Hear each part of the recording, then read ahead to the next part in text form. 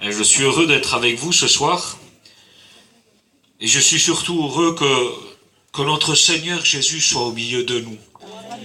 Est-ce que vous croyez que Jésus est là ce soir? C'est très important. Parce que l'évangile, c'est une question de foi. L'évangile, c'est pas simplement qu'une question de pratique, parce que si nous pratiquons et qu'il n'y a pas la foi, c'est une religion, et la religion ne sauve pas. La Bible dit que nous sommes sauvés par la foi et non par les œuvres. Nous sommes sauvés par la foi. S'il y a la foi, vous ne faites pas de soucis, il y aura les œuvres. Vous l'avez entendu dans le témoignage. Quand il y a la foi dans un cœur, il y a des œuvres. Il y a des œuvres qui se manifestent instantanément. Voici à quoi nous reconnaissons que nous sommes nés de nouveau, la Bible dit, parce que nous aimons les frères. Nous aimons. Quand la nouvelle naissance s'empare de notre cœur, de notre être, il y a un amour qui jaillit et nous aimons, et nous aimons. On ne peut plus être en colère. On ne peut plus avoir des ennemis, on est obligé, on a une nécessité. Il m'est arrivé quand je me suis converti de me réconcilier avec des gens qui ne voulaient pas. Je suis allé les chercher jusque dans leur église. Jusque devant la table de la Sainte Seine. Je suis allé les chercher. Il fallait être en paix. C'est ça. Et vous savez, ce soir, la parole de Dieu va nous dire, il n'est pas question de ce que l'homme considère. Il n'est pas question, la croix, Christ à la croix, le salut de nos âmes, il n'est pas question, la Bible dit, de ce que l'homme considère. Qu'est-ce que nous considérons? Comment nous considérons être un chrétien, un enfant de Dieu? De quelle façon il n'apparaît dans nos vies d'être un enfant de Dieu? Je suis chrétien, j'appartiens à Dieu, il est mon Dieu, je suis son fils. La Bible dit, il n'est pas question de ce que l'homme considère. Comment nous considérons ce qu'est être sauvé, ce qu'est être enfant de Dieu? Il n'est pas question de ce que l'homme considère. La Bible dit que l'homme regarde aux apparences, mais Dieu regarde au cœur. Dieu regarde au cœur. Il dira dans un texte, ce peuple m'honore des lèvres, mais leur cœur est éloigné, très éloigné de moi. L'évangile, ça se vit de cœur à cœur. L'évangile, ça se vit de face à face avec Jésus. Il y a une femme, la Bible nous dit dans la parole de Dieu, il y a une femme, la Bible dit qu'il y avait une multitude, je vous lis le texte directement. Il est écrit comme cela. Or, il y avait dans l'évangile de Marc, chapitre 5 et verset 25, or, il y avait une femme atteinte d'une maladie depuis 12 ans. Elle avait beaucoup souffert entre les mains de plusieurs médecins. Elle avait dépensé tout ce qu'elle possédait sans en tirer aucun avantage. Au contraire, son état avait plutôt empiré. Ayant entendu parler de Jésus, elle vient dans la multitude par derrière et toucha son vêtement, car elle se disait, si je puis seulement toucher ses vêtements, le bord de son vêtement, je serai guéri. Au même instant, la maladie s'arrêta. Elle sentit dans son corps qu'elle était guérie de son mal. Jésus ressentit aussitôt en lui-même qu'une force était sortie de lui. Il se retourna du milieu de la multitude et dit, « Qui a touché le bord de mon vêtement ?» Ses disciples lui dirent, « Tu vois la multitude qui te presse et tu dis, mais qui m'a touché ?» Il regardait autour de lui pour voir celle qui avait fait cela. La femme effrayée et tremblante, sachant ce qui s'était passé en elle, vint se jeter à ses pieds et lui dit toute la vérité. Mais Jésus lui dit, ma fille, ta foi t'a sauvée, va en paix et sois guérie de ton mal. Que Dieu soit béni. Il y a une traduction qui dit comme ça, et la femme, voyant qu'elle n'était pas cachée, vint en tremblant et se jetant devant lui, déclara devant tout le peuple pour quelle raison elle avait touché Jésus et comment elle avait été guérie instantanément. Devant tout le peuple, devant tout le monde, elle a dû déclarer pourquoi elle est venue toucher Jésus. C'était sa mort. C'était sa mort. Si elle disait pourquoi elle avait touché celui qu'on considérait comme un prophète, c'était sa mort. La Bible dit qu'elle est venue par derrière. Elle est venue par derrière parce qu'elle avait la foi, elle avait la foi. Je le dis, cette femme a la foi et je sais que tu as la foi dans ton cœur. Je sais que tu as la foi dans ton cœur. Mais tu t'approches mal du Seigneur. Tu as une mauvaise approche de Jésus. La Bible dit que cette femme s'approchait par derrière. Elle s'approchait, elle a touché le bord du vêtement. Je ne crois pas qu'il en est ainsi, mais il faut comprendre. Il faut comprendre, elle vient par derrière, elle touche le bord de vêtement, il n'y a pas un mot, il n'y a rien. Il n'y a rien, mais on dirait qu'elle vient soutirer quelque chose à Jésus. C'est pas comme ça qu'on s'approche de Jésus. On ne vient pas soutirer des choses à Jésus. Jésus est un sauveur. Jésus est un libérateur. Il est venu chercher, la Bible dit, et sauver ceux qui étaient perdus. Bien sûr que Jésus guérit. Bien sûr que Jésus, la Bible dit, délivre. La Bible dit qu'elle avait beaucoup souffert entre les mains de plusieurs médecins. Elle avait tout dépensé, tous ses biens, tout ce qu'elle avait, toute sa fortune. Sans en tirer aucun avantage. Au contraire, son état devenait pire. Que de dépenses d'énergie. Oh, beaucoup de docteurs, elle a vu. Beaucoup d'argent dépensé pour rien. Il y a beaucoup de faux docteurs. C'est vraiment le temps dans lequel on vit aujourd'hui. Aujourd'hui, on est pris de panique, c'est vrai. C'est vrai qu'on vit dans un monde de maladies. Mais il y a un décalage énorme. Il y a un décalage énorme aujourd'hui. Parce qu'aujourd'hui, on vous dit, il y a quelque chose qui n'est pas bon. On se met à pleurer. On dit, c'est une ruine et c'est vrai. C'est vrai qu'il y a de plus en plus de situations dramatiques, mais il y a un décalage énorme. Il y a un décalage énorme. Parce qu'aujourd'hui, l'humanité est touchée par un mal inguérissable. Elle est allée dans plusieurs docteurs, personne n'a pu la guérir. Et aujourd'hui, tu parcours les docteurs, tu te donnes des docteurs, des multitudes de docteurs, et ça ne guérit pas, ça ne guérit pas, ça ne guérit pas. Je voudrais te dire quelque chose de la part de Dieu. Quelque chose que j'ai compris, je le dis parce que je le crois. Je crois que ces cachets qu'on donne comme cela, quel qu'il soit, je crois que c'est une démarche ténébreuse du diable. Je vais vous expliquer pourquoi. Parce que le péché, c'est quelque chose qui vient obscurcir l'esprit. L'œuvre du péché, la chute de l'humanité, c'est le péché qui est venu souiller l'homme dans ses pensées. Il n'arrive plus à penser, il n'arrive plus à réfléchir. Et le but, c'est qu'il n'arrive pas à réfléchir. Pourquoi? Pour qu'il ne pense pas à Dieu, pour qu'il ne pense pas à revenir à son Créateur. Et l'effet de ces cachets, c'est des cachets qui viennent vous enténébrer encore plus, vous pensez. Vous savez pourquoi? Parce que la Bible dit qu'à le malheureux crie. Qu'à le malheureux crie. Et ces cachets t'empêchent de crier. Ces cachets t'empêchent de penser. Et cette démarche, elle est ténébreuse. Ces cachets sont équivalents, comme si on trafiquait, comme si on priait pour toi, comme si on avait jeté les sorts. Les jeteurs de sorts. La Bible dit, c'est ceux qui lient des liens. Un jeteur de sorts, c'est ceux qui lient des liens. Littéralement, c'est lier des liens. Jeter un sort, c'est lier des liens. Est-ce qu'il y en a qui savent au milieu de nous, c'est quoi? Quand on trafique et qu'on fait des nœuds. Oh oui, il y en a qui le savent, beaucoup le savent, je le sais. Il y en a même qui l'ont pratiqué et qui le pratiquent encore. Il y a des personnes ce soir qui se trouvent au milieu de nous, qui sont venues pour écouter parler de Jésus, mais qui vont toucher des choses qu'il ne faut pas. C'est grave. Aujourd'hui, il faut qu'il y ait un face-à-face avec Jésus.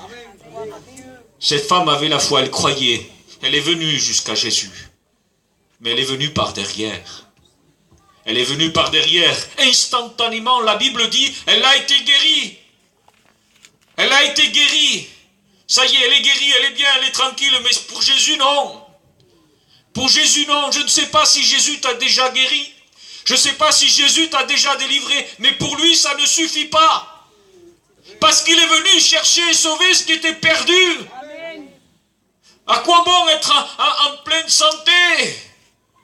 À quoi bon vivre sur cette terre pour un temps si on est perdu pour l'éternité? Non, tu as besoin d'un face-à-face. Et Jésus, il n'est pas un homme. Excusez-moi, on manque assez d'intelligence pour chercher une guérison, une délivrance auprès du Seigneur et demeurer perdu pour l'éternité. J'ai été comme ça, je le sais. Alors Jésus la cherche. Jésus la cherche. Et malgré qu'il est pressé de toutes parts, le texte dit, il cherchait celle qu'il avait touchée. Il dit, quelqu'un m'a touché. Mais il est dit, il cherchait celle, il savait que c'était une femme. Il savait qui c'était. Mais avec Jésus, Jésus sait qui tu es. Jésus sait ce que tu fais. Mais pour ce qui compte à Jésus, non, c'est nous. C'est toi qui dois venir à Jésus. Jésus cherche un face-à-face. Faire un face-à-face et prendre sa responsabilité. Faire un face-à-face même si on a honte. Même si on a honte, il faut avoir cette audace. Cette femme avait une audace remarquable. La foi, c'est avoir de l'audace. La foi, c'est oser ce qui est impossible de faire. C'est ça la foi. Si seulement je pouvais toucher le bord de son vêtement, la frange de son vêtement, c'était un accessoire chez les Juifs traditionnels, c'était un accessoire qui rappelait la loi. Il y avait comme dans cette phrase comme des petites clochettes et ça rappelait la loi. Et c'était quelque chose d'inimaginable parce que dans son état de maladie, tout ce qui touchait devenait impur. Elle était elle-même impure et tout ce qui touchait devenait impur. Elle est venue par sa main toucher la loi. Impossible, impossible. C'était sa mort. Mais il y avait quelque chose qui animait son cœur et que cela t'anime ce soir. Et que cela t'anime. Elle croyait que ça allait plus rester comme ça. Elle croyait qu'elle pouvait s'approcher par derrière, toucher Jésus et ça y est. Non, Jésus veut plus que ça. Jésus veut pas te guérir. Jésus veut pas te délivrer simplement. Jésus veut te sauver. Jésus veut te sauver parce que tu es précieux. Tu es précieuse à ses yeux. La Bible dit, il vaut mieux rentrer dans le ciel avec un membre à moins que tout entier dans le feu de la géhenne. Est-ce que c'est vrai? Est-ce que tu crois que c'est vrai? Est-ce que tu crois que c'est intelligent de parler comme ça? Est-ce que tu crois que c'est sage? Qu'il vaut mieux avoir un membre à moins et rentrer dans le ciel que tout entier partir dans la géhenne? Moi je suis d'accord avec ça. Je suis d'accord. Mais si Dieu ne me l'avait pas montré, je n'aurais pas compris. Que le Saint-Esprit te le montre ce soir. C'est ce soir, c'est le temps pour toi d'avoir un face-à-face avec Jésus. Jésus l'a cherché. Une femme, la Bible dit, était rentrée là où dans une maison se trouvait Jésus. Elle s'est mise à pleurer sur les pieds de Jésus. Elle a pleuré, elle a cassé un vase d'albâtre. La Bible dit, mais la Bible dit qu'à un moment donné, Jésus s'est tourné vers cette femme. Avec Jésus, il y aura toujours des face-à-face. Tourner le dos, c'est pas une action spirituelle. Quand Jésus dit, ils m'ont tourné le dos. Quand la Bible dit, ils m'ont tourné le dos, c'est parce qu'ils tournent le dos à Jésus pour se prosterner devant les idoles. Jésus ne nous tournera jamais le dos. Jésus ne tourne jamais le dos. Jésus veut un face-à-face. Parce qu'un face-à-face, ça veut dire qu'il faut se regarder face à face. Il faut se dire, la Bible dit, venez et plaidons, parlons. Parlons, vas-y, confesse tes péchés. Je suis Dieu. C'est moi qui pardonne. C'est Dieu qui pardonne, c'est Dieu qui sauve. C'est Dieu qui a créé l'enfer. Il a créé pour le diable et ses démons. Et c'est Dieu qui décidera un jour, au jour du jugement, qu'il ira aussi en enfer. Ce n'est pas le diable qui jette les gens dans l'enfer. C'est Dieu qui prend la décision. Parce que Dieu est Dieu, il est souverain. On n'est pas content, c'est pareil, excusez-moi. C'est pas parce que je suis pas content que ça changera ce que Dieu est. Tu dois accepter. Arrête de montrer du poing. Arrête de montrer du poing à Dieu. Arrête de blasphémer contre Dieu. Dieu est Dieu. Dieu est Dieu, il est au-dessus de tout. Et Dieu t'appelle ce soir à un face-à-face. Il faut se regarder, il faut parler. Dieu n'en a rien à faire. Dieu n'est pas un homme, il n'est pas touché. Dieu n'est pas touché. La Bible dit, tout blasphème contre le Fils de l'homme sera pardonné. Dieu n'est pas touché par ta colère. La Bible dit qu'elle avait beaucoup souffert. Et Dieu sait comment tu as souffert. L'incompréhension est très dure. Je ne comprends pas. Je ne comprends pas pourquoi un Dieu qui est si grand, si puissant, pourquoi il laisse mourir les gens. Pourquoi il n'est pas intervenu, je ne sais pas. Je ne sais pas pourquoi il n'est pas intervenu. Je ne peux pas te le dire. Je ne peux pas te le dire. Mais je reste à ma place. Et je lui fais confiance. Et je lui fais confiance. Il y avait une foi. Peut-être je ne sais pas si elle y pensait. Peut-être je ne sais pas si elle soupçonnait cette foi qu'il y a dans elle. Cette audace. La loi disait que cette femme, si elle touchait quelqu'un, elle risquait la mort. Mais elle est venue. Elle avait cette foi. Elle est allée au-delà de la loi. Il faut que tu aies cette foi ce soir. Il faut que tu aies cette foi, mais pas une foi pour soutirer des choses à Jésus. Non, non, non, mais une foi pour gagner le pardon, une foi pour gagner le salut, une foi pour gagner l'approbation de Jésus. Tu as besoin de l'approbation de Jésus. Jésus veut arrêter le conflit ce soir. Jésus veut t'appeler à la réconciliation. Il te dit, viens, viens et plaidons. Plaidons, ça veut dire, vas-y, parle-moi, dis-moi ce que tu as. Dis-moi ce que tu as sur le cœur. Non, mais pas par derrière. Hein. Il a cherché. Et c'était comme ça. Il y avait plein de gens. Il fait presque nuit, tu as vu, il fait nuit. Mais Dieu te voit. Il n'est pas question de ce que l'homme considère. L'homme regarde aux apparences, mais Dieu regarde au cœur. Et la Bible dit que voyant que la femme, elle n'était pas cachée, parce que tu croyais que Dieu ne te voyait pas. Tu croyais que Dieu ne te voyait pas.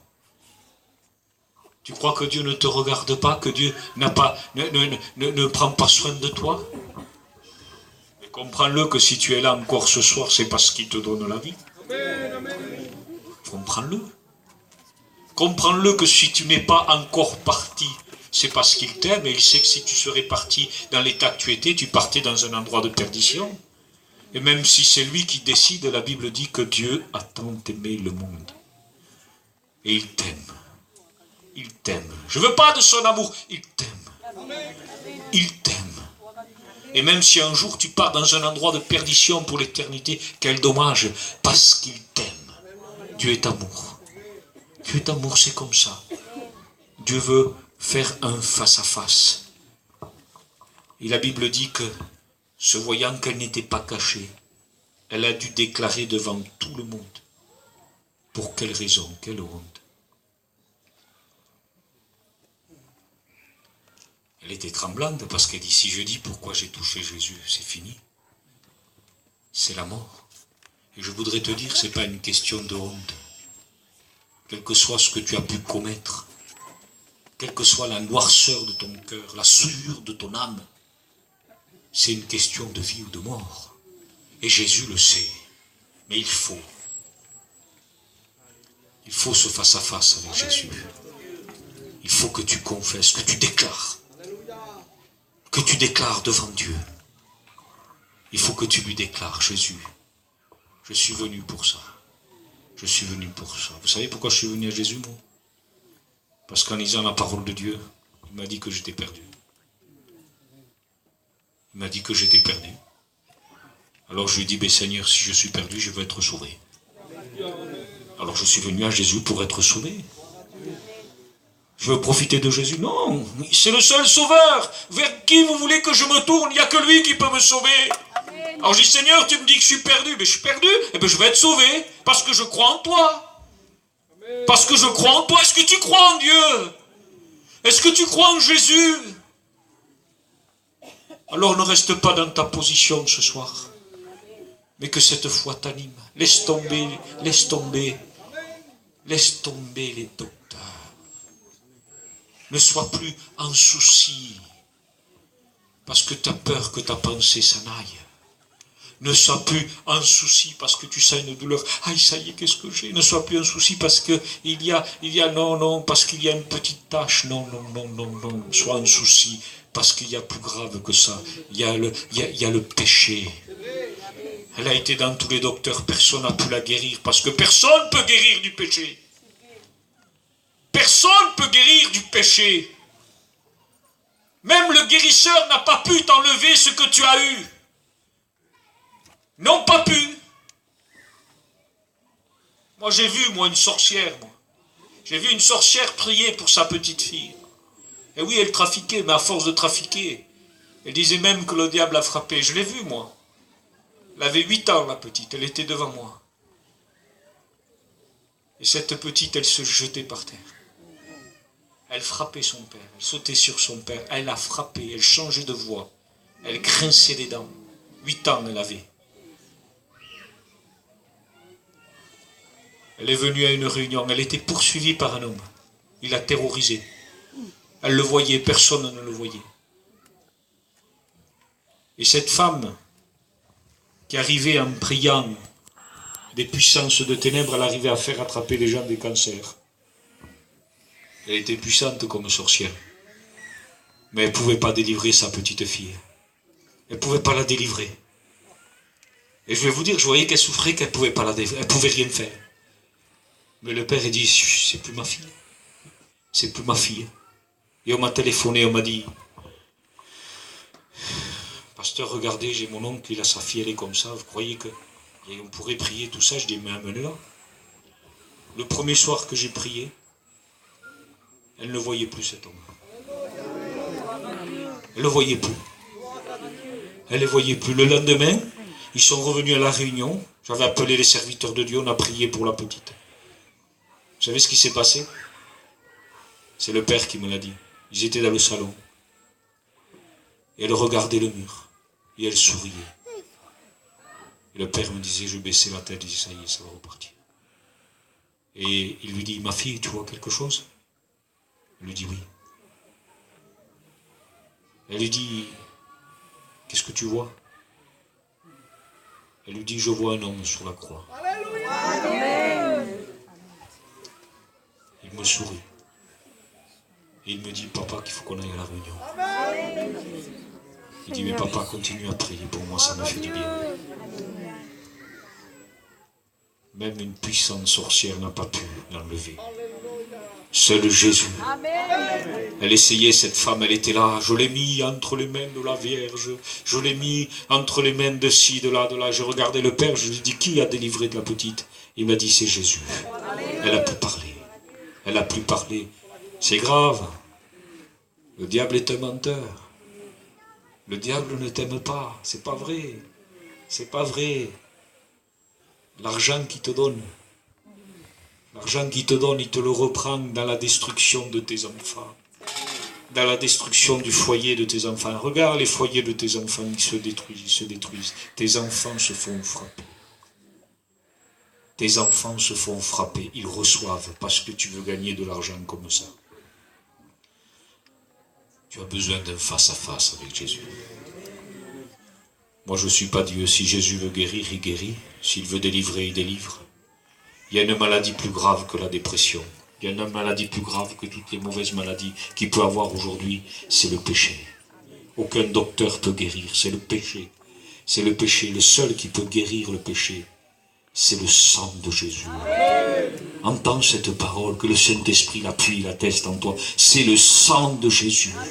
C'est le sang de Jésus. Il faut que tu fasses un face-à-face avec Jésus et que tu lui dis, Jésus, je veux déclarer devant tout le monde, c'est fini, il n'y a plus de venir par derrière, déclarer devant tout le monde, il y a ça, il y a ça, il y a ça, Jésus, il y a ça dans ma vie, il y a ça, Jésus, mais que ton sang me purifie, que ton sang me purifie, que ton sang me purifie. À Dieu soit la gloire, à Dieu soit la gloire. Ce soir, Jésus t'appelle à la réconciliation. Ce soir, Jésus t'appelle à un face-à-face. Que Dieu soit béni. Alors on va s'incliner. On va s'incliner par respect pour Dieu. Ne perds pas de temps. Jésus est là. Le Saint-Esprit est là. Le Saint-Esprit est là, il te délivre. Je t'assure ce soir, si tu viens à Jésus et tu fais ce face-à-face, tu es délivré au nom de Jésus. Amen. Aussitôt, la Bible dit, aussitôt elle fut guérie. Aussitôt elle fut sauvée. Parle avec Jésus, restons quelques instants. Je veux que tu parles à Jésus. Jésus t'appelle à la réconciliation ce soir. Oh, je voudrais le dire parce que je veux prier pour toi. Moi, j'ai la foi. J'ai la foi dans la puissance du sang de Jésus. Est-ce qu'il y a une personne qui voudrait que je prie pour elle? Qui lève sa main, qui se distingue. Dieu voit ta main, que Dieu soit béni. Il y a une personne. Est-ce qu'il y a une autre personne ce soir qui aurait besoin de réconciliation? Qui lève sa main, lève ta main. Dieu voit ta main, que Dieu soit béni. Il y a une autre main qui se lève. Je vais prier Dieu maintenant. J'ai la foi, il faut qu'il y ait cette foi qui t'anime. Il faut qu'il y ait cette foi qui s'anime. S'il y a une personne ce soir qui en a assez de souffrir. Dieu voit votre main, que Dieu soit béni. T'en as assez de tous ces faux docteurs qu'il y a sur la terre. Tu veux le vrai, le véritable. Il est là ce soir, il veut te voir. Lève ta main. Lève ta main, que Dieu soit béni. Une autre main s'est levée. Je vais prier Dieu, je vais prier Dieu. Je vais prier le Seigneur. Il y a un cœur, il y a un cœur. Je voudrais te dire de la part de Dieu avant de prier. Si tu n'as pas ce face-à-face avec Jésus, tu es en train d'attirer la ruine sur tous tes enfants. La ruine de toi, de ton foyer, tu la connais.